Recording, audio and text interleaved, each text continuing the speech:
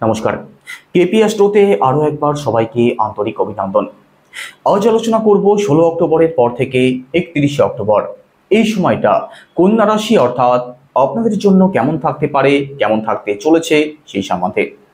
এই সময়টার মধ্যে আপনাদের স্বাস্থ্য, আপনাদের পরিবার, আপনাদের ভাগ্য, কর্ম, সন্তান, দাম্পত্য জীবন প্রতিটা বিষয়কেই ডিটেলস আলোচনা করার চেষ্টা করব according to house, according to planet. তো সম্পূর্ণ ভিডিওটি অবশ্যই দেখুন। আলোচনা যদি ভালো লাগে লাইক, কমেন্ট এবং শেয়ার করতে পারেন। আর আপনি যদি একজন নতুন দর্শক হয়ে থাকেন, এটাই সব থেকে ভালো সময় চ্যানেলটিকে সাবস্ক্রাইব করে নেওয়ার জন্য। তো চলুন আলোচনা শুরু করা যাক। প্রথমেই স্বাস্থ্য দিয়ে শুরু করা যাক। দেখুন, ফার্স্ট হাউস থেকে আমাদের স্বাস্থ্যকে বিচার করা হয়, আমাদের পার্সোনাল লাইফকে বিচার করা হয়, আপনাদের রাশির লর্ডকে। আপনাদের রাশির লর্ড বুধ গ্রহ। বুধ কোথায় অবস্থান করছেন? বুধ গ্রহ আপনাদের সেকেন্ড হাউসে অবস্থান করছেন। একই সাথে আপনাদের সেকেন্ড হাউসে মঙ্গল অবস্থান করছেন। 17 তারিখের পরবর্তী সময় রবি অর্থাৎ সূর্যদেবও আপনাদের সেকেন্ড হাউসে প্রবেশ করবেন। শুধুমাত্র স্বাস্থ্যের কথা যদি বলা হয়, স্বাস্থ্য সংক্রান্ত দুশ্চিন্তার তেমন কোনো কারণ থাকছে না। স্বাস্থ্য মোটের উপরে তো আপনাদের ভালো থাকবে, তবে আপনাদের মধ্যে রাগ কিন্তু একটু বেশি থাকবে। রাগ জেদ একটু বেশি লক্ষ্য করা যাবে 27 তারিখের আগে পর্যন্ত সময়টার মধ্যে। একটু সিরিয়াস থাকবেন, নিজের রাগ জেদের উপরে কন্ট্রোল রাখার চেষ্টা করবেন। পরিবারের কথা যদি বলা হয়, সেক্ষেত্রে সেকেন্ড হাউস থেকে পরিবারকে বিচার করা হয়, আপনাদের সেকেন্ড হাউসের লর্ডকে। আপনাদের সেকেন্ড হাউসের লর্ড শুক্র গ্রহ, আর শুক্র দ্বাদশভাবে অবস্থান করছিলেন 9 তারিখের আগে পর্যন্ত। 9 অক্টোবরের পরবর্তী সময় শুক্র আপনাদের রাশিতে অবস্থান করছেন। তো রাশিতে শুক্রের অবস্থান অবশ্যই ভালো থাকবে, তো সেকেন্ড হাউসও ভালো থাকবে। তবে এখানে একটা কথা অবশ্যই মাথায় রাখতে হবে, সেকেন্ড হাউসে কিন্তু মঙ্গল অবস্থান করছেন। রবি মঙ্গল একত্রে অবস্থান করবেন 17 তারিখের পর থেকে 27 তারিখের আগে পর্যন্ত। তো দেখুন, এখানে পারিবারিক দিকটা তো আপনাদের মোটের উপরে ভালো থাকবে, তবে ছোটখাটো বিষয় নিয়ে মাথা গরম করার মতো বিষয়গুলো কিন্তু আপনাদের পরিবারে ঘটতে পারে। এই দিক থেকে একটু সিরিয়াস থাকার চেষ্টা করবেন, পরিবারের মানুষের মুড বুঝে চলার চেষ্টা করবেন, তবে পারিবারিক দিক থেকে সাপোর্ট আপনি অবশ্যই পাবেন। একই সাথে দেখুন, আপনাদের সেভিংসের দিকটা ভালো থাকবে, আপনাদের ইনকামের জায়গাটাও মোটের উপরে ভালোই থাকবে এই সময়টার মধ্যে, অর্থাৎ 16 অক্টোবরের পর থেকে সম্পূর্ণ অক্টোবর মাসের মধ্যে। থার্ড হাউসের কথা যদি বলা হয়, সেক্ষেত্রে থার্ড হাউসের লর্ডকে, থার্ড হাউসের লর্ড মঙ্গল গ্রহ। মঙ্গল আপনাদের সেকেন্ড হাউসে অবস্থান করছেন, তবে 27 তারিখের পরবর্তী সময় থার্ড হাউসের লর্ড থার্ড হাউসেই প্রবেশ করবেন। অনলাইন কাজ যারা করেন, সোশ্যাল মিডিয়ার সাথে যারা যুক্ত আছেন, মার্কেটিংয়ের কাজ যারা করেন, কমিউনিকেশন সংক্রান্ত কাজের সাথে যারা যুক্ত আছেন, আপনাদের জন্য 27 তারিখের পরবর্তী সময়টা সব থেকে ভালো থাকবে। তবে তার আগের সময়টাও যে খারাপ থাকছে সেটা কিন্তু নয়, তবে 27 তারিখের পরবর্তী সময়ে আরও বেশি পজিটিভ রেজাল্ট আপনাদের প্রাপ্তি হবে। আপনাদের মধ্যে সাহস, আত্মবিশ্বাস বাড়তে দেখা যাবে, আপনাদের মধ্যে যে কোনো দিক থেকে উদ্যম বাড়তে দেখা যাবে। কোর্ট কাছারি, মামলা মোকদ্দমা অর্থাৎ বেকার কোনো ঝামেলাতে যারা ফেসে আছেন, তার থেকে আপনি বেরিয়ে আসতে পারেন 27 তারিখের পরবর্তী সময়টাতে, কারণ থার্ড হাউসের লর্ড থার্ড হাউসে প্রবেশ করবেন। তো যে কোনো উটকো ঝামেলা থেকে আপনাদেরকে অবশ্যই বের করে নিয়ে আসবেন। প্রপার্টির কথা যদি বলা হয়, সেক্ষেত্রে ফোর্থ হাউস থেকে প্রপার্টিকে বিচার করা হয়। ফোর্থ হাউসের লর্ডকে, ফোর্থ হাউসের লর্ড দেবগুরু বৃহস্পতি কোথায় অবস্থান করছেন? দেবগুরু এতদিন আপনাদের দশম ভাবে অবস্থান করছিলেন, আর দেবগুরুর উপরে রাহুর দৃষ্টিও পড়ছিল। তবে 18 অক্টোবর দেবগুরু রাশি পরিবর্তন করে আপনাদের একাদশ ভাবে অর্থাৎ কর্কট রাশিতে চন্দ্রের ঘরে প্রবেশ করবেন। রাহুর প্রভাব থেকে দেবগুরু মুক্ত হয়ে যাবেন। তো এবার প্রপার্টি সংক্রান্ত দিক থেকে কিন্তু পজিটিভ রেজাল্ট আপনাদের অবশ্যই প্রাপ্তি হবে। প্রপার্টির দিকটা আপনাদের ভালো হতে দেখা যাবে। প্রপার্টিতে যদি রেনোভেশন করতে চান, গাড়ি, ফ্ল্যাট, বাড়ি যদি ক্রয় করতে চান, তার জন্য ভালো সময় থাকবে। একই সাথে ভালো হতে দেখা যাবে আপনাদের মাতৃপক্ষ। এতদিন মাকে নিয়ে যারা সমস্যার মধ্যে ছিলেন, মায়ের মধ্যে নেগেটিভ চিন্তাভাবনা লক্ষ্য করছিলেন, অথবা মায়ের স্বাস্থ্য নিয়ে যারা অত্যাধিক ভুগছিলেন, তার থেকে কিন্তু এবার অনেক অংশে আপনি বেরিয়ে আসতে পারবেন। মাতৃপক্ষ আপনাদের ভালো হতে দেখা যাবে। একই সাথে কন্যা রাশির বিদ্যার্থী যারা আছেন, আপনাদের জন্যেও অত্যন্ত ভালো সময় থাকবে। দেবগুরু অর্থাৎ বিদ্যার কারক, জ্ঞানের কারক, তার উপরে এতদিন রাহুর দৃষ্টি পড়ছিল।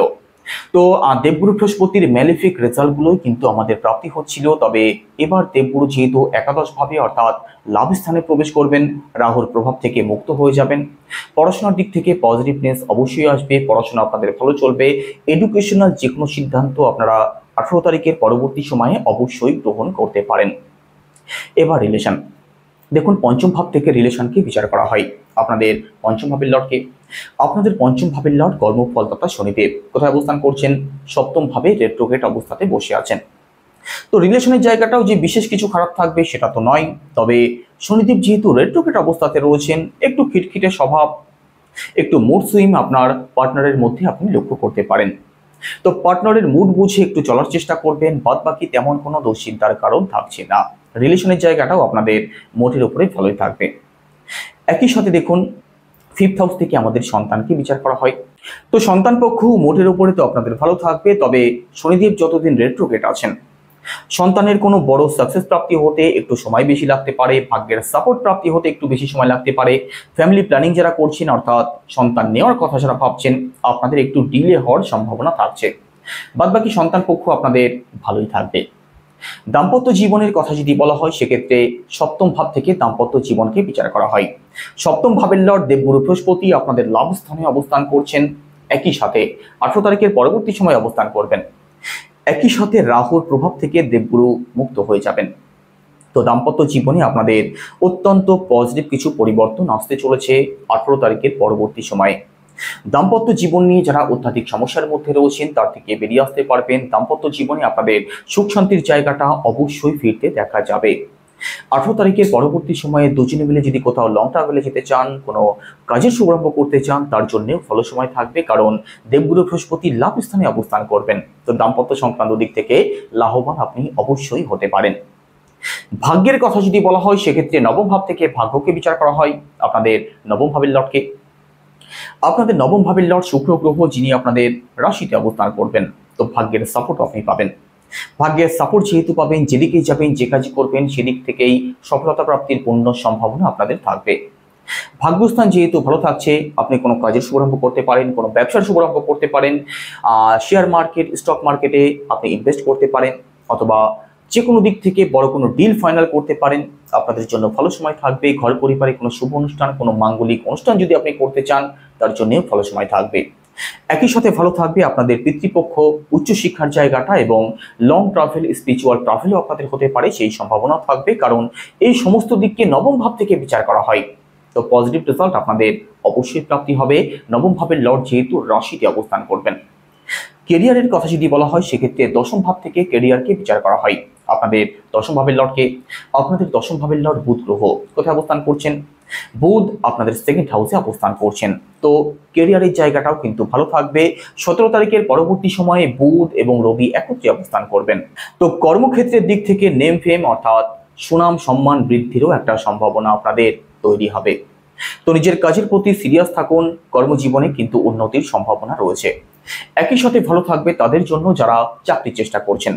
আপনাদের দশম ভাবও ভালো থাকছে, অর্থাৎ কর্মস্থানও ভালো থাকছে, ওদিকে আপনাদের ভাগ্যস্থানও ভালো থাকবে। তো চেষ্টা করলে আপনি সফলতা অবশ্যই অর্জন করতে পারেন।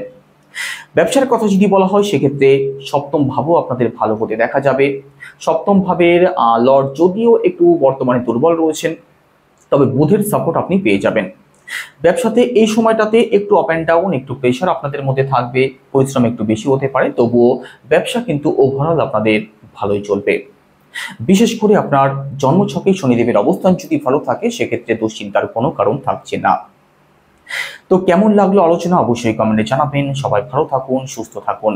নমস্কার।